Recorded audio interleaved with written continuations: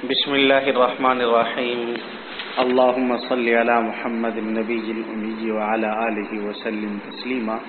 احباب گرامی، ہمارا یہ فہم قربانی کورس کا آج 7واں سبق ہے، اور 7ویں سبق میں ہم پڑھیں گے کہ قربانی کے جانوروں کی عمر کیا ہونی چاہیے۔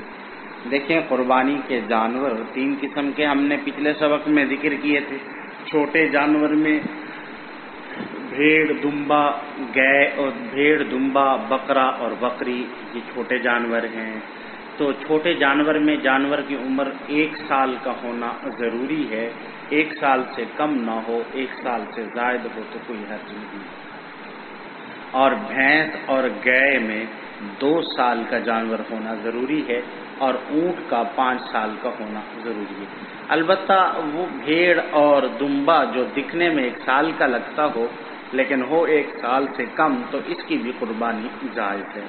دیکھیں، یہاں ایک مسئلہ سمجھے کہ ہمارے معاشرے میں یہ بات ہے کہ دندہ ہو۔ اکثر لوگ جب بھی جانور خریدنے کے لیے جاتے ہیں دیکھتے ہیں کہ وہ دندہ ہے یا نہیں ہے۔ دندہ کہتے ہیں کہ اس کے آگے والے دانت گرے ہوئے ہیں یا نہیں ہیں، یا کھیرے ہیں، بسا اوقات یوں کہتے ہیں۔ دیکھیں، شریعت میں جانور کے لیے دندہ ہونا شرط نہیں ہے، یہ تو ہمارا جٹکا حساب ہے، ہم اس جانور کی پہچان کے لیے کہہ دیتے ہیں دندہ ہو، بلکہ شریعت میں جانور کی عمروں کا حساب ہے کہ جانور چھوٹا جانور 1 سال کا ہو، بڑا جانور 2 سال کا، اور اونٹ 5 سال کا ہو۔ اب اگر ایک جانور 1 سال کا پورا ہو چکا ہے، بکرا یا بکری 1 سال کی مکمل ہو چکی ہے، لیکن پھر بھی اس کے دانت نہیں گرے تو اس کی قربانی جائز ہے۔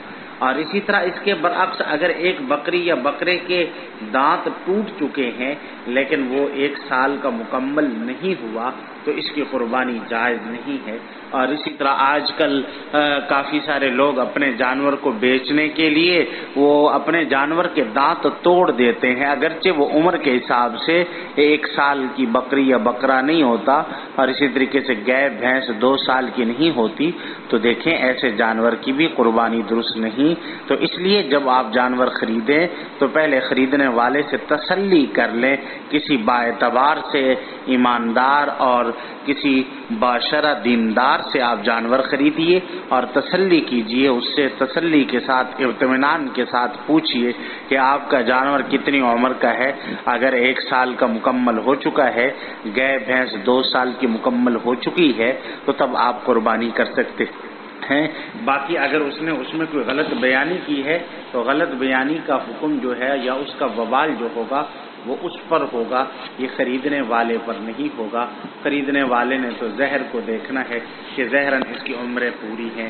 اور دوسرا یہ ہے کہ کوشش کی جائے کہ جانور تندرست، بے عیب، موٹا تازہ خریدا جائے، کہ جس کے اندر کسی قسم کا کوئی عیب نہ ہو، تندرست ہو، صحت مند ہو، خوبصورت ایسا جانور خریدا جائے۔ اللہ رب العزت ہمیں عمل کرنے کی توفیق عطا فرمائے۔ وما علینا الا البلاغ۔